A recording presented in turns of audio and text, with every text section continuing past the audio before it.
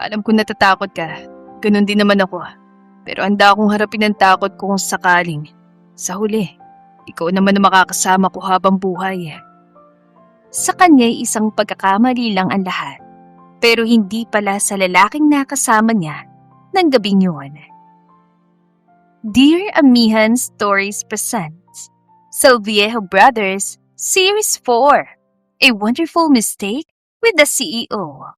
Written by Binibining Manunulat.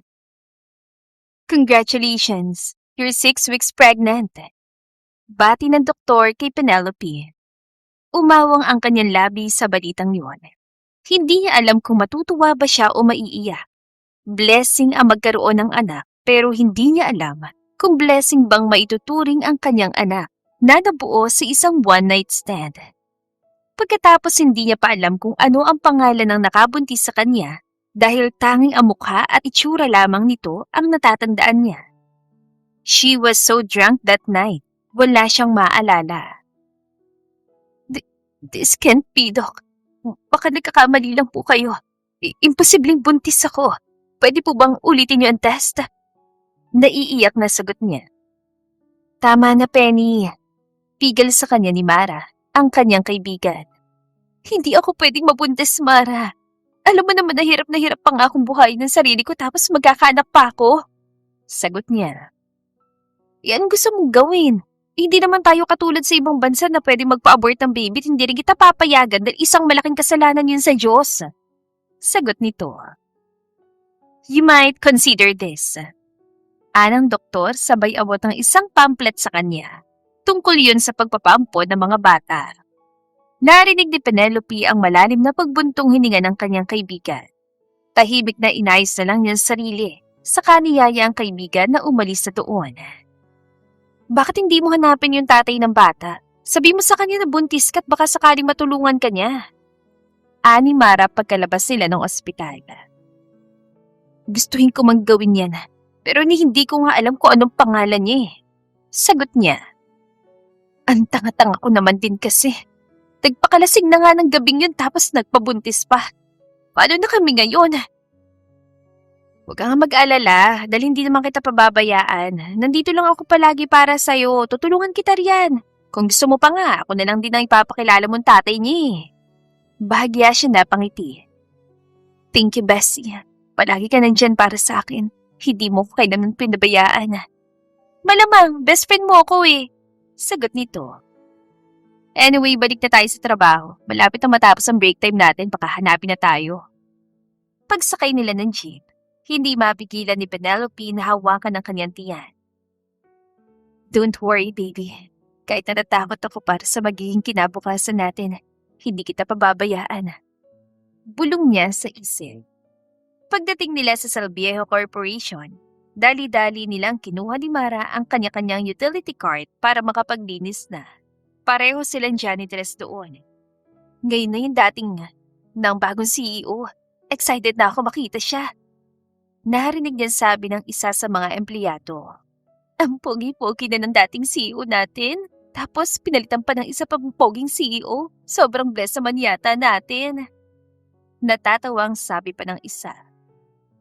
Si Mr. Orion Salviejo, ang dating CEO ng kumpanya nila. Pero dahil buntis ang asawa nito'y, pansamantala muna itong bumaba sa posisyon nito. At ayon sa balitang nasagap niya, ang pang-apat na kapatid nito muna ang papalit. Ipinagpatuloy ni Penelope ang kanyang paglilinis. Hindi na niya pinansin pa ang mga bulungan ng mga kababaihan, pati na rin ang sigawan ng marahil ay dumating na ang hinihintay. Good morning, sir. Narinig niyang bati ng mga empleyado dito. Good morning. Malamig na bati naman ng lalaki. Sir, kayo na po ba yung magiging CEO namin? Tanong ng isa pang empleyado. No, temporary lang to. Hanggang sa bumalik ng kapatid ko. Sagot nito. Ay, ganun po. Ayaw niyo bang dito nalang magtrabaho? Hindi na narinig ni Penelope ang sagot ng lalaki dahil nasa malayong parte ng kanyang nililinis. Abala siya sa paglilinis. Tuloy ay hindi niya agad napansin ang isang pares ng sapatos na papunta malapit sa kanya. Tinamaan tuloy niya ito ng mop. Nalaki ang mga mata niya na mag-angat ang tingin at nakilala kung sino ito. It's you again, ha? Nakangising wika nito sa kanya. Ikaw ang bagong CEO? Gulantan niyang sabi. Obvious ba? Nakagat niya ang kanyang pang-ibabang lap. Ang lalaking naka one-night stand niya ilang linggo na nakalilipas ay siya rin palang bagong CEO nila ngayon. Dapat na ba niyang sabihin dito ang tungkol sa pagbubuntis niya? We need to talk. Seryosong sabi nito sabay hila sa kanyang kamay papasok sa private elevator na tanging ang CEO lang ang maaaring gumamit. Nagulat siya sa ginawa nito dahilan para mabitiwan niya ang daladalang map. Nang magsarang pinto ng elevator, ay saka pa lang siya binitiwan ng lalaki. Hinarap siya nito at mariing tinitigan. Sabi mo nga sa akin, hindi ba kita nasatisfy ng gabing yun, kaya iniwanan mo rin ako kinabukasan? Tanong nito sa kanya. Umawang ang kanyang bibig. Ano? Di mo ba nagustuhan? Ramdam ni Penelope ang pag-iinit ng kanyang pisngi. Ano bang pinagsasasabi mo? Kaya ngayon pang isang gabi lang, di ba? Bakit kailangan mo kong mabungaran sa pagising mo? Sagot niya. Tumango ang lalaki. May point ka naman. Pakiramdam ko talaga. Natapakan mong ego ko nang mauna kang umalis. Hindi mo ba inaasahan na ikaw ang maiiwan? Umiling ito. So, you work here? Bumuntong hininga siya sa tumango. Obvious ba? Kung alam ko lang na dito ka nagtatrabaho, sana pala noon ko pa tinanggap ang alok ng kapatid ko na pamunuan ng kumpanyang ito. Sagot nito. At bakit naman? Para mas makilala pa kita. Bakit mo naman gusto pang makilala ako? Hindi ba dapat umiwas ka na nga? Ganun kasi ang madalas niyang napapanood sa mga movies at nababasa sa mga romance books. Alam mo bang sa dinami-rami ng babae na nagkakandara pa sa akin, ikaw lang nag-iisang nang iwan sa akin. That's new and you made me so freaking curious about you. Hindi pa nga kita nakita dito, baka pinalughog ko ng buong Pilipinas, makita ka lang ha. Sagot nito. Nagtaas siya ng kilay. Ang creepy mo naman. Komento niya nang hindi nag-iisip. Lagot, baka mo offend niya ito at masasandi siya sa trabaho. I'm sorry, hindi ko sinasadyang magsalita ng ganun. It's okay, sweetheart. I understand. Magbibigay ako ng memo sa HR na simula sa araw na to, dito ka na lang sa floor ko maglilinis. Anang lalaki habang papasok sila sa opisina nito. Bakit po? Kayang-kaya ko naman maglinis kahit saang floor ako i-assign. Sagot niya. Kung naman sinasabing hindi mo kaya maglinis sa iba, gusto ko lang talaga na nandito ka lang sa floor ko. Nagtaas siya ng kilay. Bakit naman po? Huwag nang maraming tanong. Magsimula ka na lang sa paglilinis dyan kung ayaw mong tanggalin kita sa trabaho. Sagot pa nito. Bubuntong hininga si Penelope at sinunod na lang ang kanyang amo. Bumalik siya sa lobby saka kinuha mga gamit niya sa paglilinis. Nagkasabay pa sila ni Mara sa elevator nang pabalik na siya sa 17th floor dahil papunta naman ito sa 14th floor para doon naman maglinis. Ha? Ano sabi mo? Gulantang nasabi ni Mara nang sabihin niyang nakilala na niya ang lalaking naka one-night stand. Nagulat nga rin ako kanina. Hindi ko ina-expect na siya pala yung bagong CEO natin. Sagot niya. Ay naku, sabi mo agad sa kanya na buntis ka para naman sigurado ng future niyong dalawa ng bata. Mara, hindi naman ako ganyang klase ng babae. Alam ko naman yun, Penny. Iniisip lang din naman kasi kita. Kung makikita mo lang ang reaksyon mo kanina nung sinabi ng doktor na buntis ka, kitang-kita kung gaano ka natakot. Mali mo naman, panagutan niya kayo na magiging baby niyo.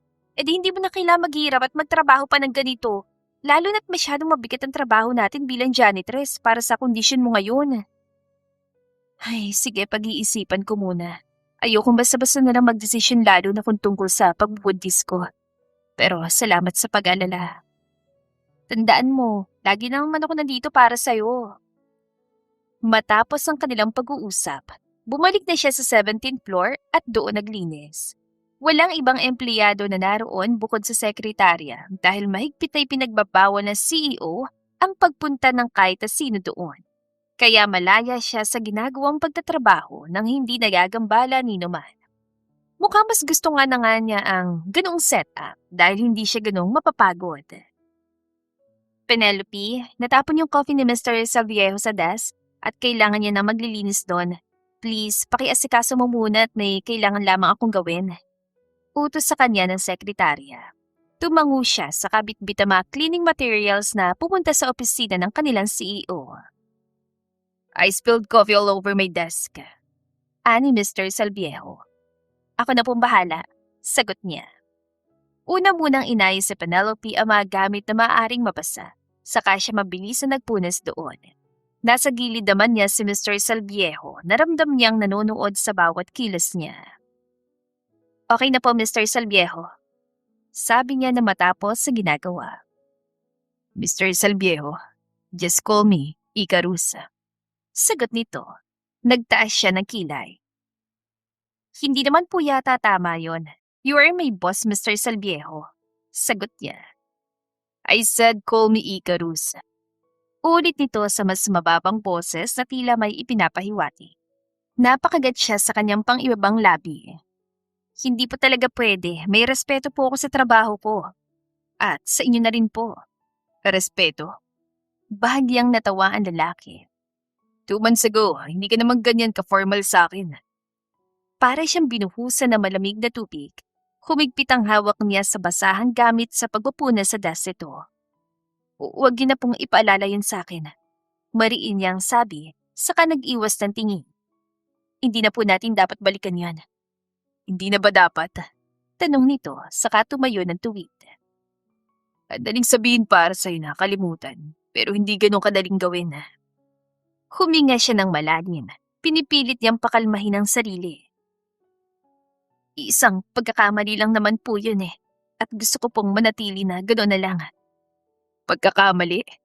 Ulit ito na tila hindi nagustuhan na narinig. Opo.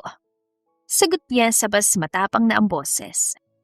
Hindi ko naman po alam kung sino kayo nun. Kung nalaman ko lang sana agad, Hindi mo gagawin. putol nito. Sandaling natahimik si Penelope. Hindi niya agad nasagot ang tanong na lalaki. Exactly. Mahinang sabi ni Icarus, saka bahagyang ngumiti sa kanya. So, hindi talaga ako ang problema. Umirap siya. Hindi rin po akong problema. Then who? Hamon nito. Gusto niya sabihin ang totoo dito. Gusto niyang ilabas lahat. Lalo na ang katotohanang bumabagabag sa kanya mula kanina pa. Pero hindi pwede. Hindi pa. Wala po. Tipid niyang sagot. Tapos na po ako dito. Kung wala na po kayong ipapagawa, babalik na ako sa paglilinis sa labas. Tinalikuran niya ito, ngunit bago pa siya tuluyang makalayo, ay muling nagsalita ang lalaki. Penelope, Napapikit siya sandali bago lumingon dito. Ano pa po yun, sir? Saglit siyang tinitigan ni Icarus na para bang may gustong hanapin sa mukha niya. are you avoiding me? Tanong nito, umiling siya. Hindi naman po, sir. Ginagawa ka lang po talagang trabaho ko dito. Talaga ba? Sabi nito, sabay hakbang palapit sa kanya. Kasi parang hindi lang trabaho ang dahilan kung bakit nanginginig ang kamay mo ngayon. Napatingin siya sa sariling kamay. At doon niya lang napansin, bahagya nga yung nanginginig. Mabilis niya yung itinago sa likuran. Pagod lang po ako siguro. Palusot niya. Or maybe may tinatago ka sa akin. Bahagya pa itong yumuko upang pantayan ang kanyang mukha. Natigil saglit ang paghinga niya. Wala po. Mabilis niyang tanggi. Look at me and say that again. Dahan-dahan siyang napatingin dito. Nagtagpo ang kanilang mga mata. At doon siya tuluyang kinabahan. Wala po.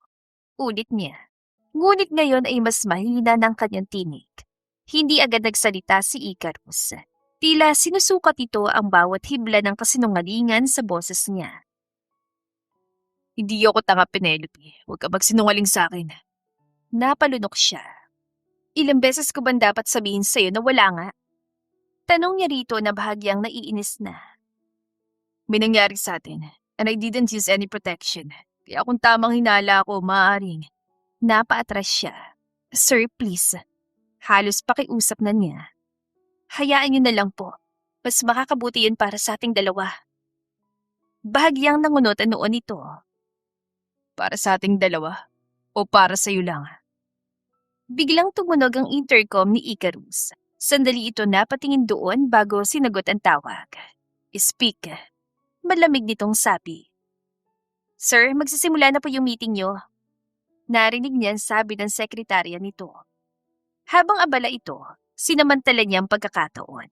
Mabilis siyang tumalikod at naglakad palabas ng opisina. Ngunit bago pa siya makalayo ng tuluyan, Cancel all my meetings this afternoon. napahinto siya. Sir? Gulat na sabi ng sekretarya. I said, cancel them. Mariing ulit ni Icarus.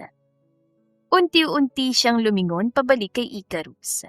Bahagya siyang napasinghap nang makitang nakatingin din sa kanya ang lalaki. Diretso at mariin ang tingin nito sa kanya na para bang sinasabing wala siyang takas anuman ang gawin niya. Nakita niyang pagpatay ng lalaki sa intercom.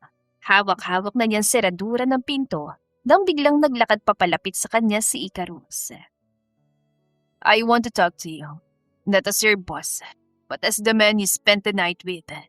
Anito, napalunok siya. Wala na po tayong dapat pag-usapan.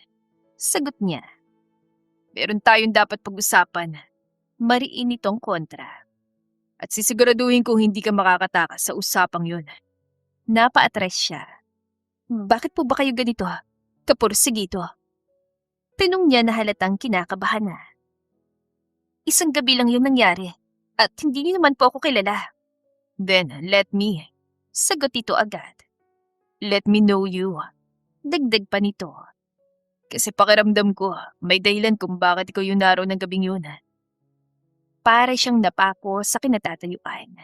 Ilan sandali pa lumipas bago siya umiling. Wala pong dahilan. Bulong niya. Nagkataon lang talaga. Di ako naniniwala na nagkataon lang yun. Sagot ni Icarus. I think it's fate. Gaya na lang na nandito ka ngayon matapos ang ilang buwan kong walang tigil na paghahanap sa'yo.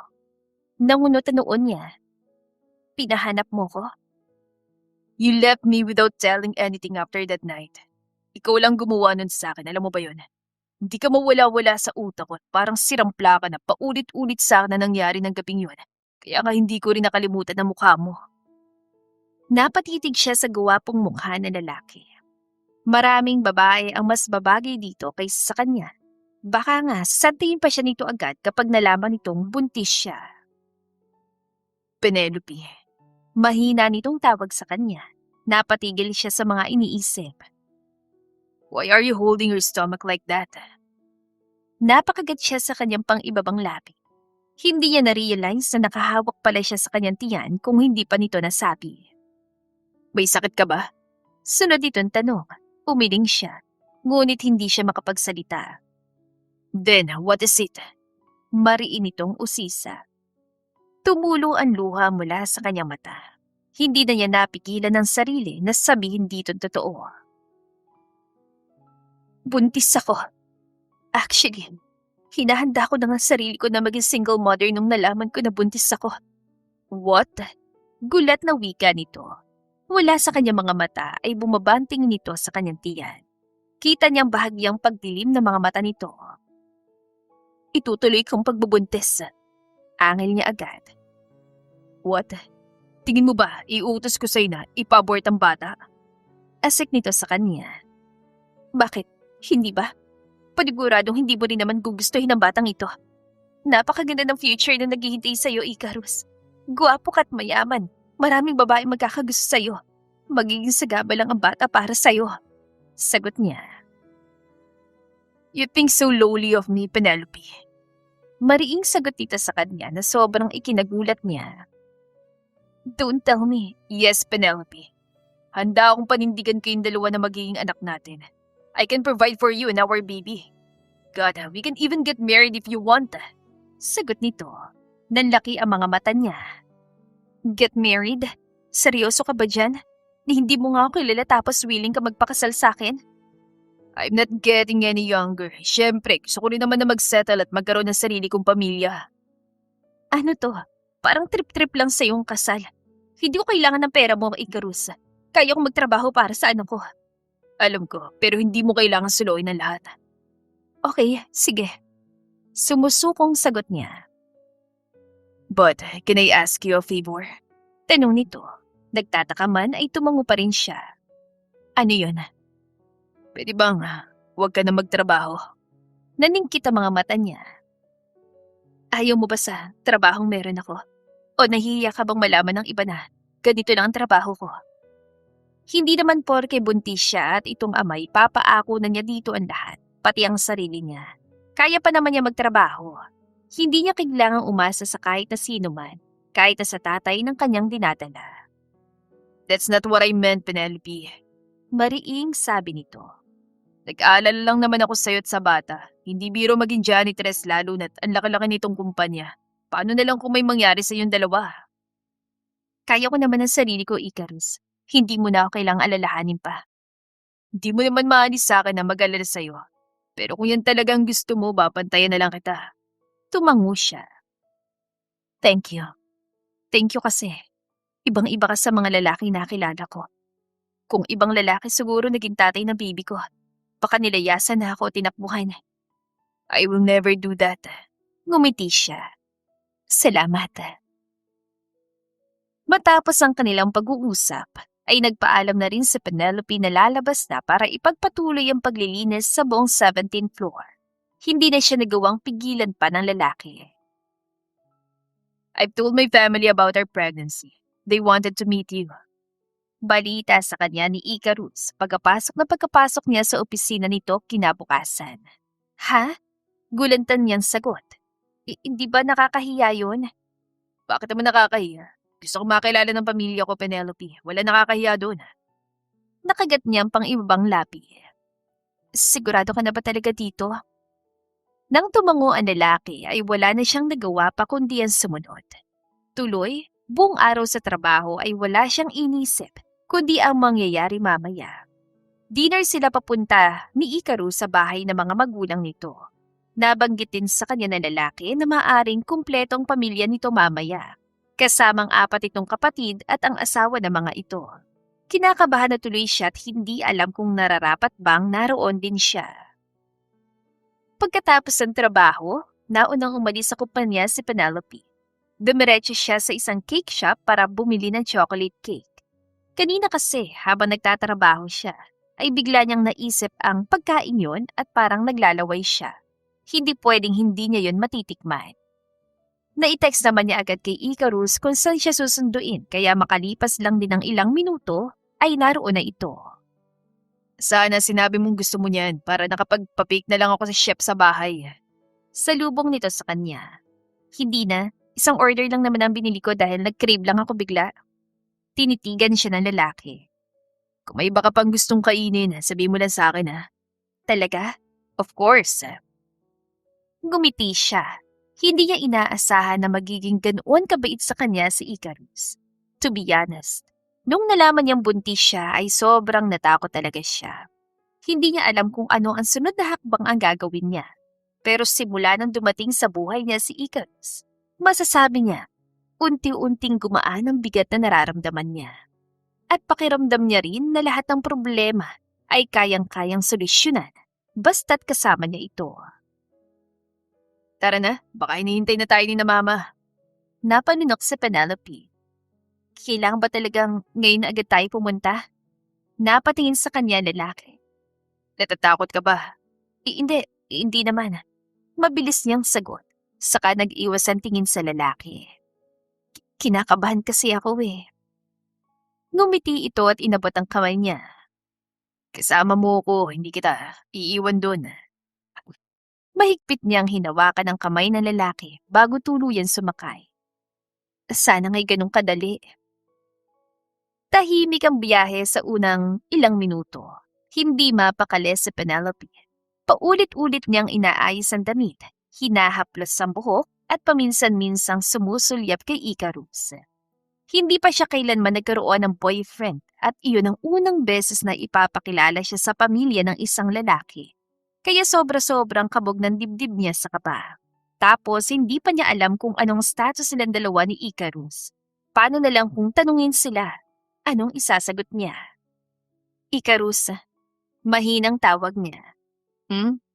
Ano bang ugali ng pamilya mo? Derechahang tanong niya. Napangiti ito. Depende siguro. Pabirong sagot nito. Nagtaas siya ng kilay. Hindi ka nakakatulog. Simangot niya. Okay. Natatawang sagot ng lalaki. Si Mama mabait pero mapanuri. Si Papa tahimik pero may dating. Yung mga kapatid ko naman sobrang maingay, lalo na kapag kumpleto kami. Maingay? Halos pabulong niyang ulit. Oo, pero huwag kang magalala, hindi ka nila kakainin ng buhay. Marunong ka rin pala magbiro, no? Akala ko kasi pareho lang ang vibes mo kapag nasa office at nasa labas. Anya. Penelope, Malambing na tawag ni Icarus. gusto ko na lang makilala dahil mahalaga ka sa akin. Natahimik siya.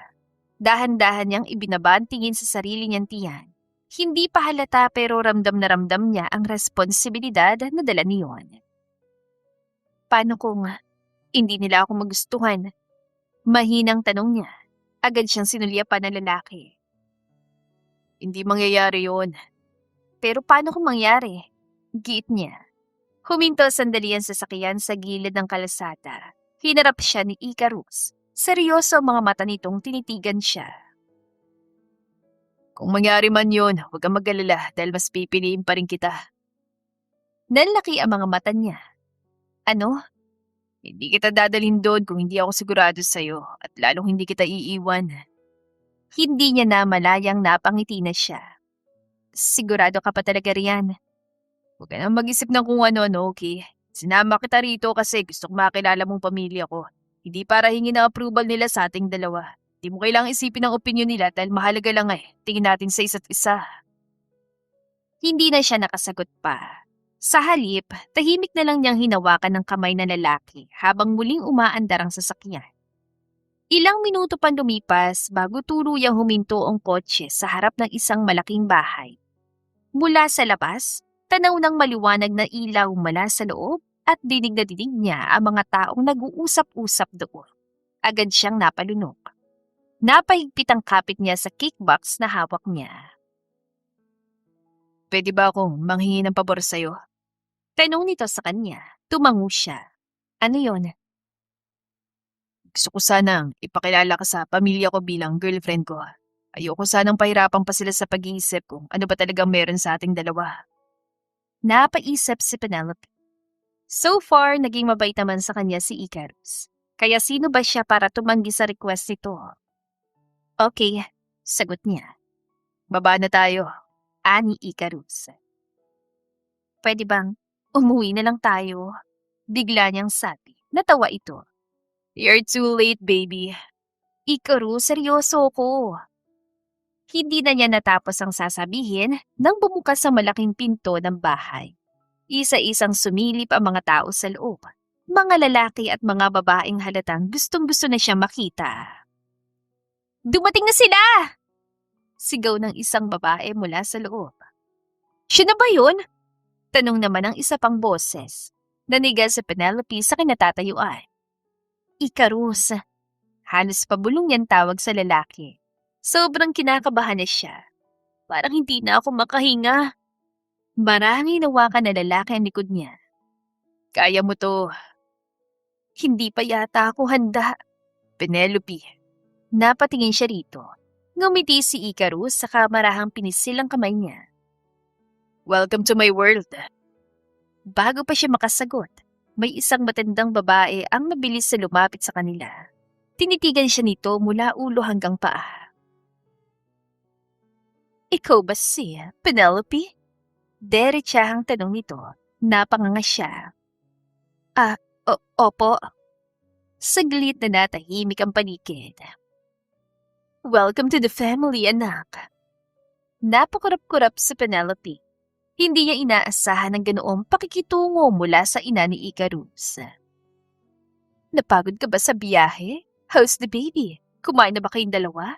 Inaalagaan ka ba ng anak ko na mabuti? Kapag may ginawa yung lalaki niya na hindi maganda, magsabi ka lang. Dahil ako mismo pipingot sa kanya, okay? Napangiti si Penelope. Thank you po.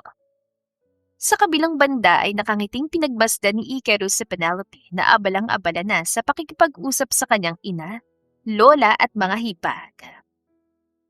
Ano ka ba, iha? Kung meron dapat na magpasalamat dito, kami yon. Sobrang saya namin ang sabihin ni Icarus na buntis ang girlfriend niya. Pero inis na inis naman kami dahil hindi ka man lang niya magawang ipakilala sa amin. Sabi ni Nana Sylvia, ang kanyang abuela. Sensitive ang mga babae kapag nasa early stage pa lang sila ng pagbubuntis. Madalas ang mood swing, iba-ibang cravings, may oras pa nga na baka hindi ka gusto makita. Kaya sana, habaan mo pang pasensya mo. Isipin mo na lang na pinagdaanan na rin namin lahat yan. Oras na para ikaw naman na makaranas. Sabi sa kanya ni Kuya Silas. And you all should be grateful. Nakasama niyo ng mga asawa niyo habang naglili at nagbubuntis sila. Bagay na hindi ko nagawa nun sa asawa ko. Sabi naman ng Kuya Orion niya sabay tingin sa asawa nitong si Zaria. Patagal din namang nawali sa akin na mag-ina ko. Singit naman ni Kuya Silas niya. Maswerte ang pangakayong dalawa kung tutusin dahil hindi nyo naranasan ang naranasan ko nung nagbubuntis ang asawa ko. Kahit na sobrang gwapo ko, ayaw na ayaw makita ng asawa ko, maamoy man lang. Kulang na lang mag-petition siya ng restraining order laban sa akin para sigurado talagang hindi ako lalapit sa kanya. Iiling-iling na sabi naman ng panganay nilang si River. Preno naman dyan baka nakakalimutan yun na hindi lahat sa atin nasakal na. I mean, naikasal na. May single pa rito Angil sa kanila ng bunso nilang si Zion. Nagtawanan silang lahat. Bakit ba kasi ayaw mo pang mag-asawa? Tanong ni Kuya River. Asawa agad kuya, hindi ba pwedeng girlfriend muna? Sabat ni Kuya Orion. Paano naman kasi magkakaroon yan ng oras sa mag-girlfriend kung masyadong mataas ang expectation sa kanya ni mama? Sabi naman ni Kuya Silas. Hindi naman sa ganon. Gusto lang talaga namin na maayos sa mga babae ang mamahalin nyo. Hindi rin kaya biro ang buhay may asawa. Kaya dapat ang pipiliin mo ay yung mga babaeng kayang-kaya kayong ipaglaban sa kahit anong bagay pa yan. Sabi pa ng kanilang ina. Napatango na lang silang magkakapatid. Maya-maya, nagyaya ng kanyang ina na pumasok sa loob ng bahay para makakain na silang lahat. As expected, marami na namang handang pagkain ng kanyang ina at halos lahat iyon ay puro mga paborito niyang ulam. Nang maupo si Penelope sa kanyang tabi, ay dali-dali niya itong binigyan ng pagkain. Sinalina na rin niya ng juice ang baso nito. So, kailan ang kasal niyo? Tanong ni Nana Sylvia. Napatingin siya sa kanyang lola. Girlfriend ang pakilala niya kay Penelope sa buong pamilya, pero malayo naman doon ang totoong status nila. Hindi niya tuloy alam kung paano yun sasagutin. Nana, sa ngayon po. Hindi pa po namin napag-uusapan ng tungkol dyan. Mabilis sa sagot ni Penelope, sabay ngiti ng pilit sa lahat. Napalingon siya rito. May kung anong kumirot sa dibdib niya. Bakit parang ang layo ng tono nito? Parang hindi siya kasama sa plano nito. Hindi pa ninyo napag-uusapan? Ulit ni Nana Sylvia, sabay taas ng kilay. Abay buntis ka na iha, dapat pinaplanyo na yan. Ma, wag mo namang biglain ng mga bata. Sawi ng kanyang ina kay Nana Sylvia pero bakas din ang kuryosidad sa mukha nito. Hindi naman sa binibigla ko. Gusto ko lang malaman kung seryoso bang ako ko. Giit ng matanda. Hindi na bumabata si Icarus. Kailangan na rin niya mag-settle down. At tumatanda na rin ako. Gusto ko sana na bago ako mawala sa mundong ito, makita ko man lamang ang aking apo na may mga asawa at mga anak na. Napatikim siya. Seryoso naman po ako, Nana. Seryoso? Singit ni Kuya River. Sabay ngisi ng nakakaloko sa kanya. Bakit ngayon lang namin nakakilala ang girlfriend mo? Natahimik siya at napakamot sa bato. May mga inaayos lang ako noon, kuya. Anong inaayos? Tanong naman ni Zion. O baka naman tinatago mo lang talaga siya. Zion. Saway ni Kuya Orion. Hindi naman po niya ako itinatago. Mahinang sabi ni Penelope. Siguro, hindi pa lang talaga tamang panahon nun. Muli siyang napatingin sa babae. Naroon na naman ang ngiti nitong parang may distansya. Parang may pader na hindi niya mabasag. Kung ganon, kailangan niyo balak gawing tama ng lahat. Natigil silang lahat sa pagkain. Inaabangan ang magiging sagot niya. Soon po. Sagot niya kahit hindi siya sigurado. Soon, Ulit ni Kuya Silas. Gaano kasun yan, Icarus? Napapikit siya sandali. Hindi niya alam. Hindi niya talaga alam. Kuya, hayaan nyo na muna siya. Sabat ni Sayon. Mukhang mas kailangan muna nilang ayusin ang relasyon nila kaysa magmadali sa pagpapakasal. Tumango si Kuya Orion. Tama si Zion, hindi birong pinapasok nyo. Pero ano man ang mangyari, nandito lang kami. Huwag kayong matakot humingi ng tulong. Napatingin si Icarus sa kanyang ina pagkatapos ay kay Penelope. Salamat po. Sabay nilang sagot. Kitang-kita niyang pagkamangha sa mga mata ng babae matapos marinig ang sinabi ng mga ito. What do you think of getting married? Tanong ni Icarus kay Penelope. Nag-angat siya ng tingin. Linggo ngayon at niyaya siya ni Icarus na kumain sa isang fine dining restaurant. Siyempre, gusto ko maikasal. Sagot niya. Sa akin? Nakangising tanong nito, umirap siya. Hindi pa nga nag-iisang buwan na magkakilala tayo tapos gusto mo na agad na magpakasal. Icarus, kung ginagawa mo lang to dahil buntis ako sa anak mo, please, huwag mo na akong subukan na alokin. Sagot niya, nangunot ang noon nito. Kailangan bang matagal muna natin kilalang isa't isa bago ka pumayag na magpakasal? Di ba't ayon sa sabi-sabi nila, mas makikilala mo isang tao kapag nasa isang bahay na kayo? At sino may sabing gusto kitang pakasalan dahil lang sa buntis ka sa magiging anak natin? Penelope, you bewitched me by your beauty and kindness the first time I met you. Nakala mo lasing din ako ng gabing mangyari yun pero hindi. Alam ko kung anong pinasok ko at hindi ko pinagsisisihan yun. Hindi ka ba natatakot na magpadalos-dalos sa pagdedesisyon mo ng ganito? Paano pala kung hindi tayo mag-workout? Paano kung magkasakitan lang tayo at mauwi rin sa hiwalayan? That won't happen dahil hindi ko hayaan na mawala ka pa sa akin. Alam ko natatakot ka, ganun din naman ako. Pero handa akong harapin ang takot ko kung sa huli ay ikaw naman na makakasama ko habang buhay. Napanguso sa Penelope. So, talagang gusto mo ako Hindi pa ba obvious? Kaya nga nung unang araw ko bilang CEO sa kumpanya, hindi na kita tinantanan at inilagay agad sa kung saan kita mas madalas makikita. Mautak. Natawa ang lalaki. I was just trying to be sweet. Sweet? Hindi yun sweet, Icarus. Medyo mapangahas pa nga. Sagot niya habang pilit itinatago ang bahagyang pag-init ng pisngi. Mapangahas kung mapangahas, pero naging epektibo naman hindi ba? Narito ka ngayon, kausap ko, at dinadalangan ako. Huwag mong gawing biro ang sitwasyon natin. Hindi ko yung gagawing biro. Biglang naging seryoso ang tinig ni Icarus. Kaya nga gusto kitang pakasalan. Pero hindi sapat ang dahilan na yun. Mariin yan sagot. Hindi porke may anak tayo, kailangan agad italin sarili natin sa isa't isa.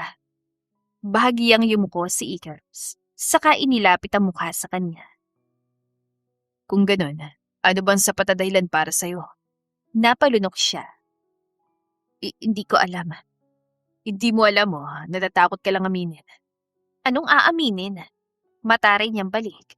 Gusto mo rin ako. Napatigil siya. Saglit na katahimikan ang namagitan sa kanila. Tanging mahinang tugtog ng love song at kalansing ng kubyertos mula sa ibang mesa ang maririnig. Ang kapal na mukha mo, bulong niya. Hindi mo pa sinasagot ang tanong ko. Icarus, gusto mo ba ako, Penelope? Mariing putol nito. Napabuntong hininga siya. Ay, hindi ko alam kung gusto kita o nadadala lang ako sa sitwasyon. Marahan itong inabot ang kamay niya sa ibabaw ng mesa. Kung ganun, bigyan mo ko ng pagkakataon na patunayan kung alin doon ang totoo. Hindi niya agad binawi ang kamay mula rito. Nakatingin lang siya sa lalaki. Ramdam na ramdam niya ang pag-iinit ng mukha dahil sa sinabi nito. Hindi kita pipilitin. Dugtong pa nito. Kung ayaw mo pang magpakasal, hindi kita pipilitin. Pero hihiling ako ng isang bagay. Ano naman yun? Tanong niya na bahagyang kinakabahan. Manatili ka sa tabi ko. Sagot nito. Hayaan mo ligawan kita sa tamang paraan. Hindi bilang CEO at empleyado, kundi bilang lalaki na seryosong naniligaw sa babaeng gusto niya. Napakagatlabi siya. At paano kung masaktan lang ako sa huli? Mas masasaktan ka kung hindi mo man lang susubukan. Diretso nitong sagot. Natahimik siya. Hindi niya maipaliwanag kung bakit parang may bahagi sa kanya ang gustong maniwala sa mga sinasabi nito. Isang buwan, bigla niyang sabi, nangunot ang noo ni Icarus. Isang buwan? Isang buwan para patunayan mong sinasabi mo. Paliwanag niya.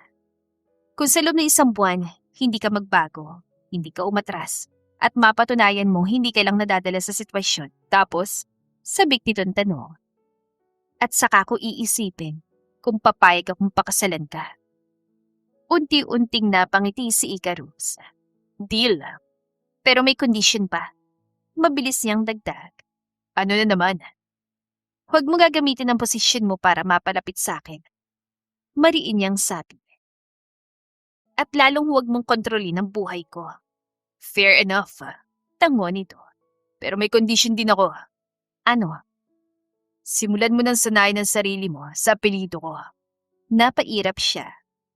Ang yabang mo talaga. Future preparation lang. Nakangising sagot ito. Napailing siya. Ngunit hindi niya napigilan ang bahagyang pagkurba ng labi. At sa sandaling yon, kahit pilit niyang itinatanggi, malinaw sa kanya na mas delikado pa sa kahit anong desisyon ang unti-unti niyang pagbagsak sa lalaking kaharap niya. You're blushing. Puna nito sa kanya, ngumiwi siya. Hindi kaya. Kinikilig ka na agad. Paano pa kaya kapag niligawan na kita? Baka ikaw nang kusang magaya sa akin na magpakasal na tayo. Wow! Sobrang taas din naman ang tingin mo sa sarili mo no? Hindi mo naman kailangang itago pa ang kilig mo. Maintindihan naman kita. Isa pa, tayong dalawa lang naman ang narito. Napailing na lang siya at hinayaan ito. Sana lang talaga'y hindi mali na sumugal siya dito. Sana tamang pagpili niyang bigyan ito ng tsansa. Bukas ang check-up mo, di ba? Pwede ba ako sumama? Tanong nito. Biglang nagbago ang tono nito at naging seryoso na. Tumango siya. Pwede naman, pero baka may trabaho ka bukas. May trabaho nga ako. Huwag kang mag-alala dahil kaya ko naman pagsabayin. 6:00 ng umaga. Nakatanggap si Penelope ng tawag mula sa kanyang kapatid na naospital daw ang kanilang ama dahil sa atake sa puso. Hindi na nagdalawang isip pa si Penelope at nagpaalam siya agad kay Icarus na ilang araw hindi makakapasok para makauwi siya sa kanilang probinsya. Hindi na niya hinintay pang reply ng lalaki at agad na siyang sumakay ng bus. Habang nasa biyahe, panay ang tawag niya sa kapatid kung kumusta ng kanilang ama. Mabuti na lang daw at nadala agad ito sa ospital at naagapan. 3 oras din ang itinagal ng biyahe bago siya tuluyan nakauwi. Sa ospital na siya dumiretso para makita agad ang ama. Pabuti naman at pinayagan ka agad ng amo mo na umuwi anak. Salubong sa kanya ng ina kasabay ng mahigpit na yakap. Mabait po ang boss ko, Nay. Sagot niya. Kumusta na po si tatay? Okay naman ang tatay mo. Yun nga lang, kinakabahan ako sa magiging bills natin. Sa sobrang kaba ko kasi kanina, dito ko na nadala sa isang private na ospital ang tatay mo.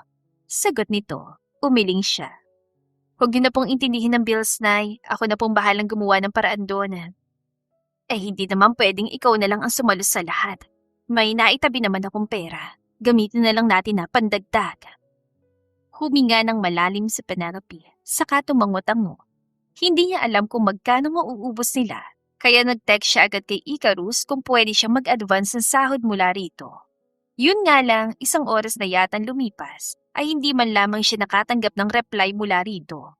Ipinagsawalang bahala na muna niya yon at nag-focus na lang sa pag-aalaga sa kanyang ama. 2 oras pang nakalipas nang may biglang kumatok sa pinto ng kwartong kinaroroonan nila. Sa pag-aakalang kamag-anak lang nila yon na gustong bumisita sa kanyang ama ay agad niyang pinagbuksan. At ganoon na lang ang gulat niya nang makita si Icarus na may bitbit na isang basket na punong-puno ng mga prutas. Anong ginagawa mo rito? Kunot noong tanong niya. Gusto ko sana bisitahin ng tatay mo. Sagot nito, napailing siya. Saka ito hinila palabas ng kwarto. Nang silang dalawa na lang ay agad siyang mahigpit na yumakap dito. Natakot ako, Icarus. Akala ko kung ano na nangyari sa tatay ko. Kuwento niya rito. Kanina, nung silang dalawa pa lang ng kanyang ina ay talagang hindi siya nagpakita ng kahinaan dito. Dahil alam niyang sa kanya lang ito kumukuha ng lakas. Pero ngayon na narito si Icarus, hindi niya maiwasang sabihin dito ang totoong nararamdaman. Narito lang ako para sa'yo. Alo nito sa kanya. Ilang minuto pa siyang umiyak sa bisig nito bago tuluyang kumalma. Bakit nga pala pumunta ka pa?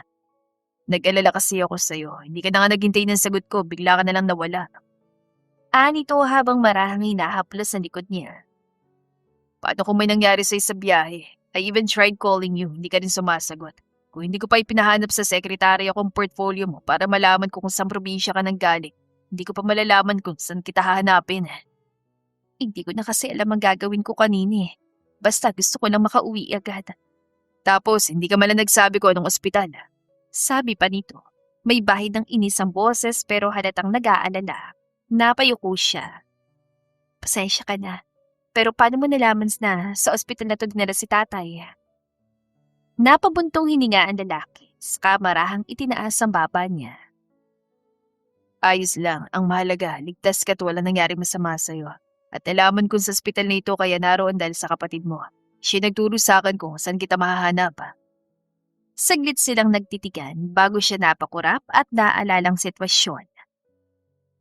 Pero bakit ka talaga nandito? Hindi naman birong biyahe mula Maynila.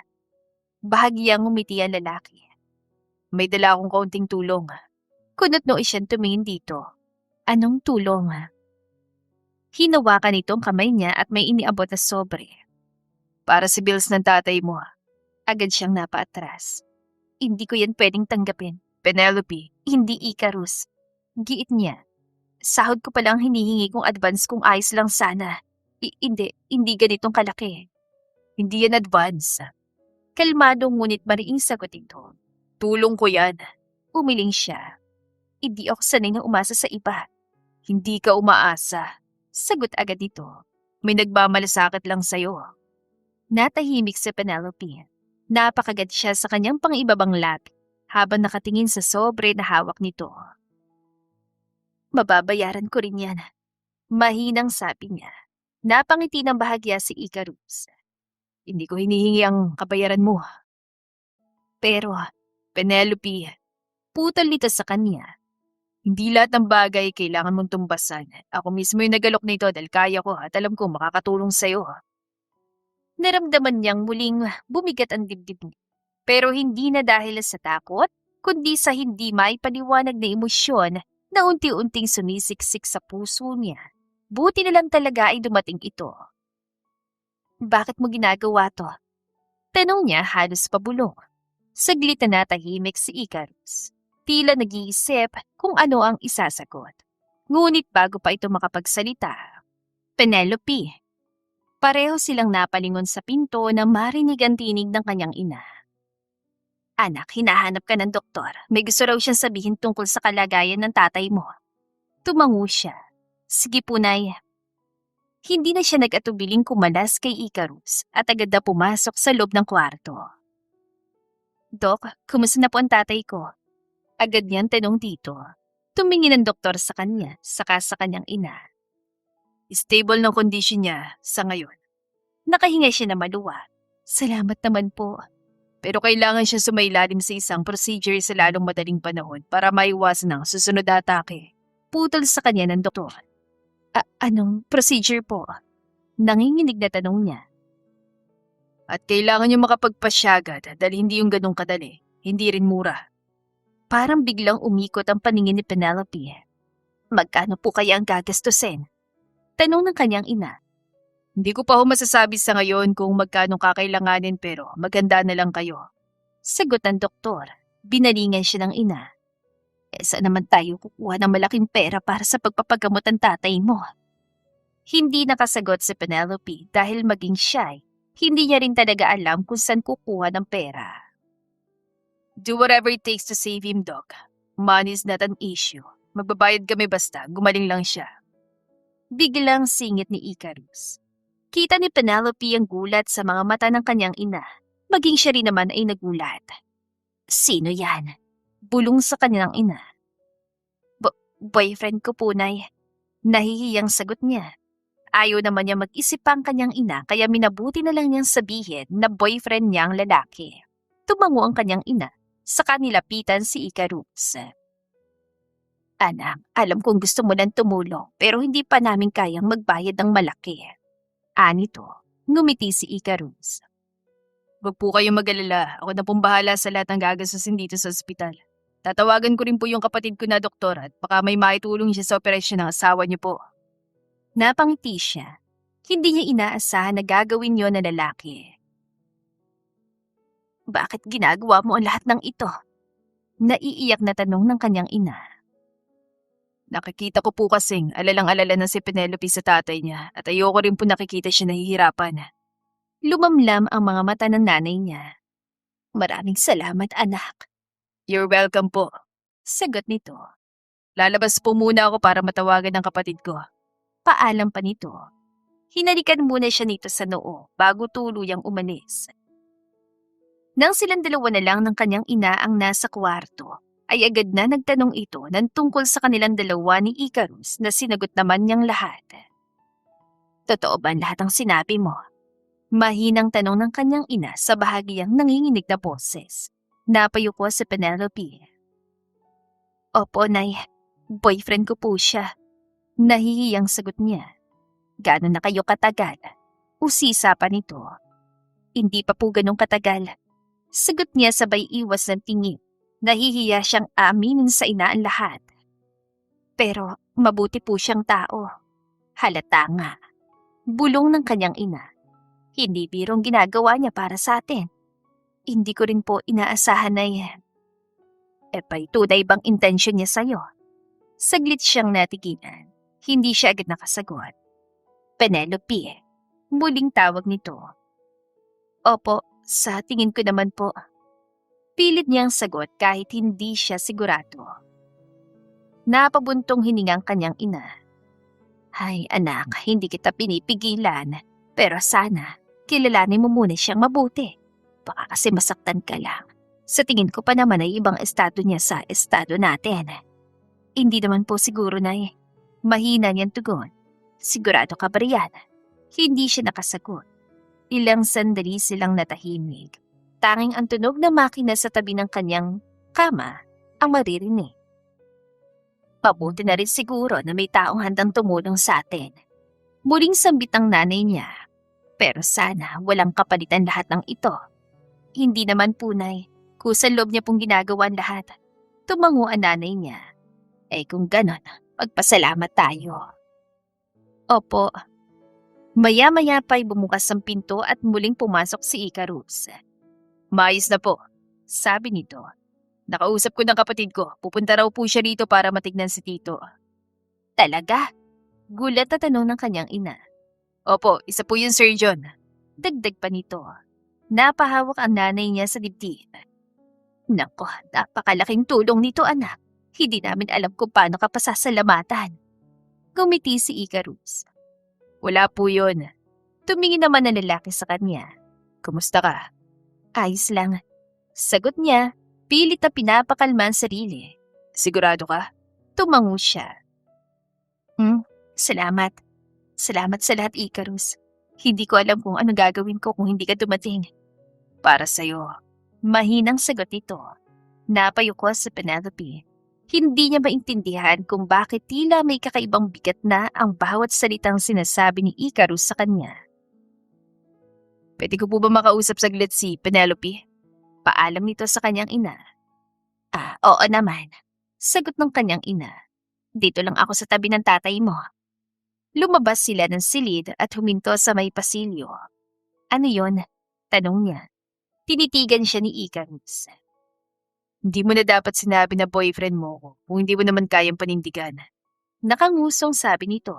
Napatitig siya rito. Wala na akong ibang maisip na dahilan kanina eh. Bakit? May masama ba ron? Hindi ba't pinakilala mo rin naman ako bilang girlfriend mo sa pamilya mo? Alam ko. Sagot nito. Pero ngayon, kailangan na nating panindigan yan. Anong ibig mo sabihin?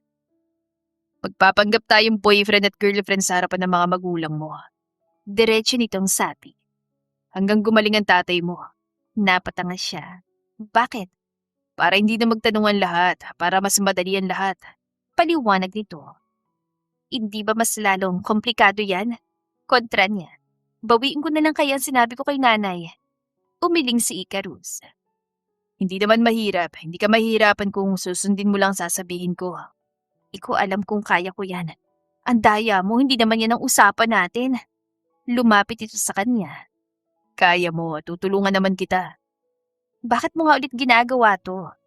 Saglit itong natahimik bago sumagot. Dahil gusto kitang tulungan. Yun lang ba talaga?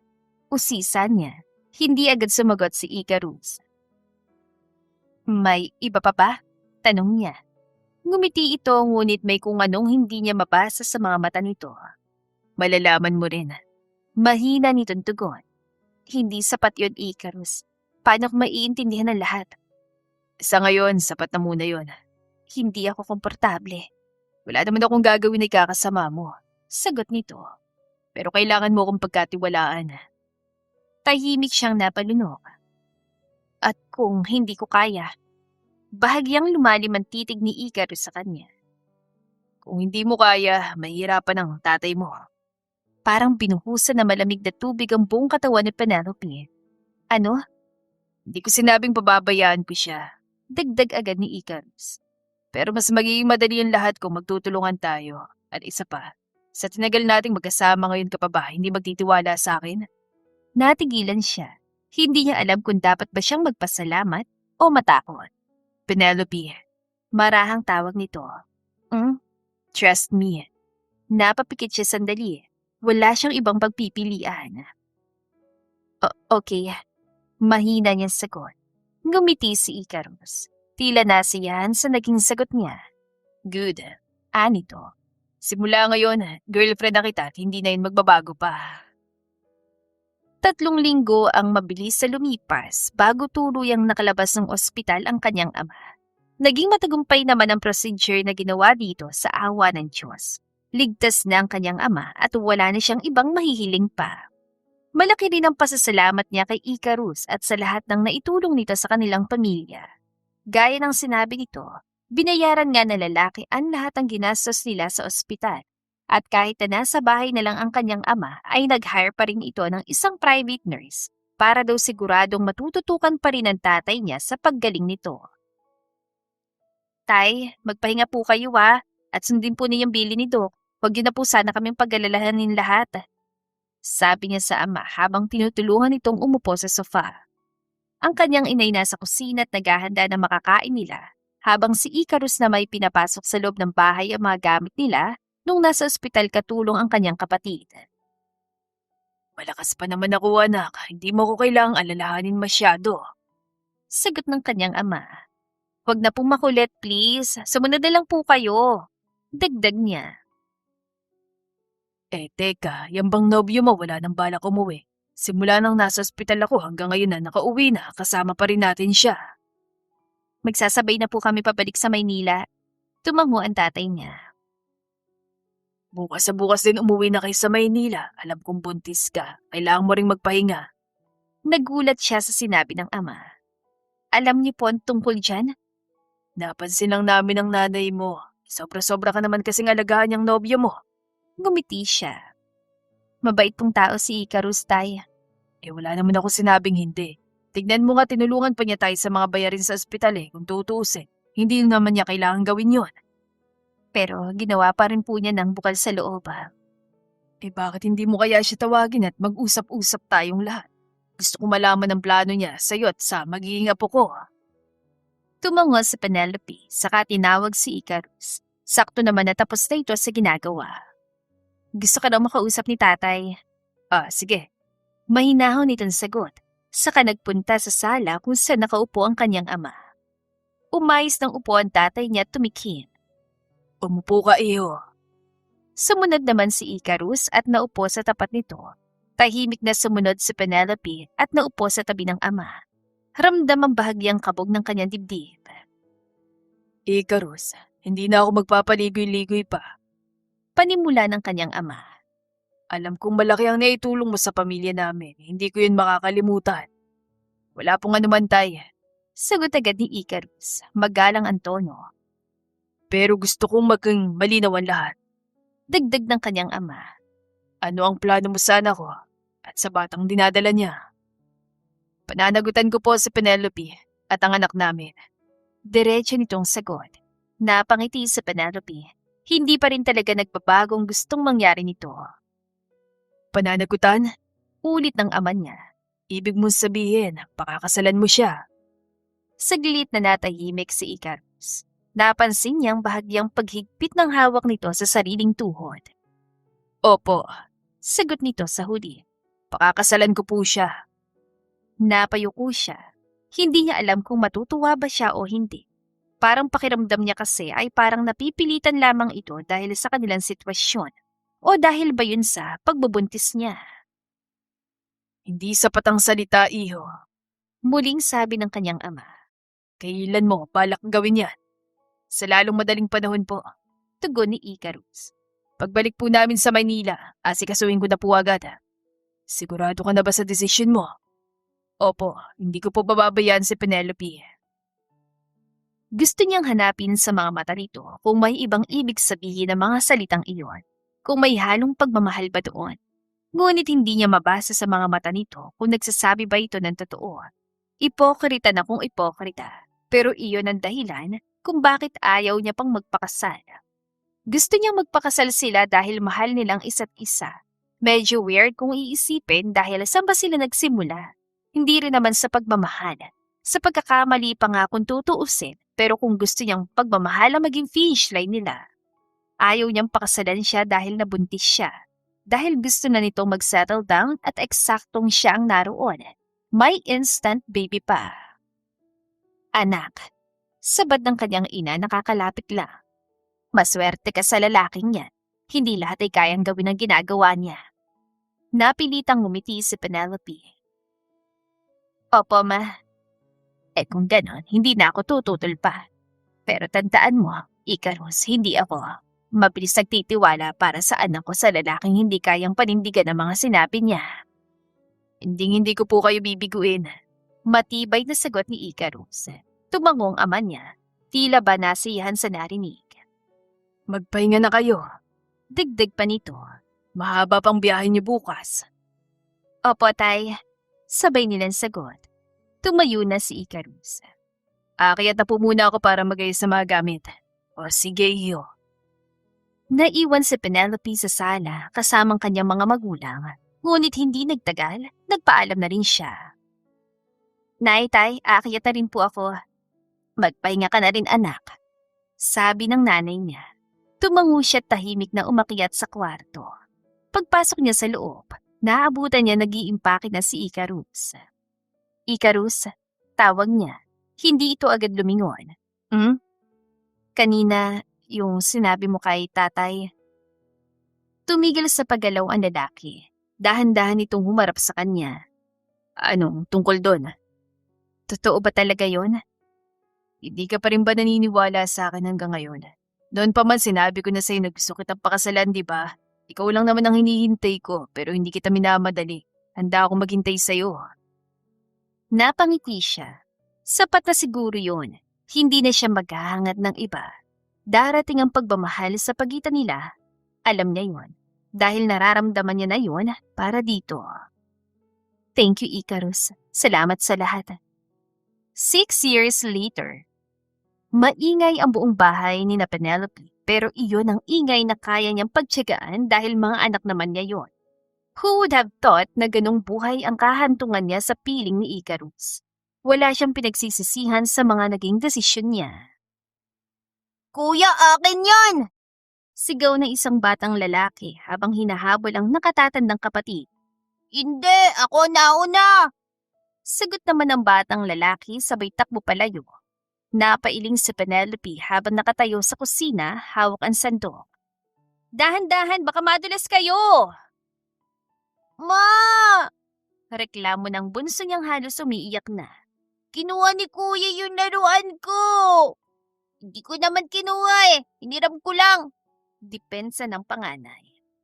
Pareho lang yun! Singit naman ito. Napabuntong hininga siya. 3 lang naman kayo pero parang 10 kong mag-ingay. Mana sa'yo. Biglang sabi ng isang boses mula sa likuran niya. Napalingon siya. Si Icarus yun. Nakasandali ito sa pinto, nakapamulsa, at nakatingin sa kanya na may bahagyang ngiti sa labi. Napangiti siya at proud na tinignan ng asawa. Tapos ng meeting mo? Tanong niya. Tumango ito. Mas maingay pa pala dito kaysa sa opisina. Welcome home. Sagot niya. Pilit na ginawang seryosong boses pero may halong biro naman. Lumapit si Icarus at sumilip sa sala. Ano nangyayari dito? Si Kuya, kinuha na naman yung laruan ko, Dad. Reklamo ulit ng kanilang bunso. Hindi nga. That's enough. Putol ni Icarus sa kalmado pero may bigat na boses. Agad na natahimik ang tatlo. Lumapit ito sa mga bata at yumuko para pantayan ang mga ito. Magkakapatid kayo, hindi kayo dapat nag-aaway sa laruan. Maghihiraman kayo, okay? Naintindihan niyo ba? Opo, Daddy. Sabay-sabay na sagot ng tatlo. Good. Tumayo si Icarus at napatingin sa kanya. At sa simpleng titig na iyon ng kanyang asawa, parang bumalik ang lahat ng alaala. Mula sa kanilang kasal, unang pagsasama, hanggang sa mga panahong unti-unti nilang binuo ang isa't isa. Salamat. Bulong niya rito. Sa alin? Tanong nito. Sa lahat. Hindi agad sumagot si Icarus. Sa halip, lumapit ito sa kanya. Pagod ka na? Tanong nito. Umiling siya. Sanay naman na ako sa kanila. Hindi ibig sabihin na sanay ka. Hayaan na lang kita. Sagot nito. Bahagya siyang natawa. Ang drama mo naman. Mana kasi ako sa'yo. Balik nito. Napailing siya. Ikaw talaga, puro kakalokohan. Bigla siyang hinawakan nito sa bewang at inilapit sa sarili nito. Icarus, nasa sala mga bata. Ano naman? Bulong nito na bahagyang nakangiti. Makikita nila tayo. Nahihiyang dagdag niya. Tignan nila. Sagot nitong walang pakialam. Napapikit siya ng maramdaman ang marahang halik nito sa kanyang noo. Salamat. Para saan? Tanong niya. Sa pagpili sa akin. Sa pagtanggap sa akin. Napatingin siya rito. Hindi mo kailangang magpasalamat, Icarus. Nakangiting sagot niya. Kung hindi ka naging makulit noon, baka hindi ako naging ganito kasaya ngayon. Binuo niyo ko ng mga anak natin. Nakangiting hinalikan siya ni Icarus sa lamin. Ew! Sabay-sabay na sigaw ng kanilang mga anak. Napabitiw si Penelope sa kanyang asawa. Kayo talaga? Saway niya sa mga anak, saka binalingan ng asawa. Tignan mo mga anak mo, sabi ko sa'yo makikita nila tayo kasalanan mo to. Hindi kasalanan mo, ang ganda mo kasi, hindi ako makapagpigil. Daddy! Sigaw ng kanilang bunso. Yuck! Natawa si Penelope. At sa gitna ng ingay, kulitan at simpleng saya, napagtanto niya. Hindi man naging madali ang lahat, hindi perpekto sa simula nila. Pero ang pagmamahal, hindi kailangang maging mabilis o mabagal para magtagal. Minsan, unti-unti yung nabubuo. Sa bawat araw na pinipili niyong isa't isa. At ngayon, sigurado na siyang si Icarus ang tamang desisyon niya. Ilang sandali pa lumipas ay nagdatingan ng mga brothers-in-law niya at ang asawa ng mga ito. Mayroon kasi ulit silang family bonding at silang mag-asawa naman ang taya ngayon. Kaya siya nakatoka sa pagluluto. Gusto nga sana ni Icarus na umorder na lang sila ng pagkain para hindi na siya mahirapan pero tumanggi siya. Bas gusto niya kasing ipagluto ang buong pamilya. Penelope! Bati ni Kuya Rivers saka siya niyaka. Kumusta ka na? Okay lang po, sagot niya. Kayo? Mas okay ngayon. Sabat ni Sayon habang papasok ito sa loob ng kanilang bahay. Hi Penelope! Masayang bati ni Laila ang asawa ni Kuya River habang papasok ito sa loob na may dalang pagkain. Namiss kita. Ate Laila!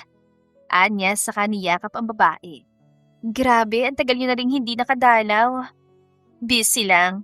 Nakangiting sagot naman ni Ate Zaria, ang asawa ni Kuya Orion. Pero hindi pwedeng hindi namin makita mga pamangkin namin ngayon. Lumapit si Ate Lyra na asawa ni Kuya Silas at yumuko sa mga bata. Hello, sino sa inyo pinakamabait? Ako po! Sabay-sabay na sigaw ng kanyang mga anak. Lahat naman kayo mababait. Natatawang sagot ni Ate Lyra. Sigurado ka ba dyan, ate? Bulong niya. Hindi. Natatawang sagot nito. Okay, Pumalakpak si Kuya River. mukhang kumpleto na tayo. Anong plano? Kain muna po tayo.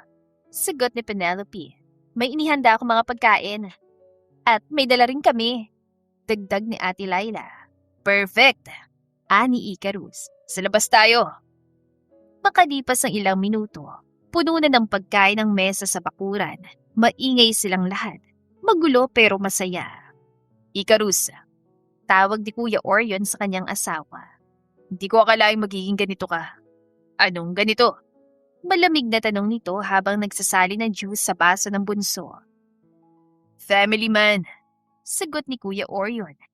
Dati akala ko hindi ka na mag-asawa. Akala namin hindi ka may in love. Dagdag ni Kuya Silas. Napatingin si Penelope kay Icarus. People change. Maikling sagot ito. Kunwari ka pe, sabihin mo na lang na sobrang na-inlove ka sa asawa mo. Singit ni Zayo na nakatingin sa kanya. Bahagyang nag-init ang pisngi niya. Ay, may kinikilig. Tukso ni Ate Lyra sa kanya. Hindi kaya, depensa niya. Sure ka? Nakangising tanong ni Ate Zaria. Ay, kumain na nga lang tayo. Anya. Agree. Sagot ni Icarus. Habang kumakain sila, nagtatakbuhan naman ng mga bata sa damuhan. Magkakasama ang magpipinsan. Nakumpleto na naman silang lahat kaya iba yung ingay na naman ang meron. Dahan-dahan lang anak! Sigaw ni Ate Laila. Baka madapa kayo! Hayaan mo na, Han. Sabi ni Kuya River sa asawa. Ganyan talaga mga bata. Mana lang sa inyo, Kuya River. Biro ni Penelope. Hindi kami ganyan kaingay nun, ha? Depensa ni Kuya Silas. Sigurado ka?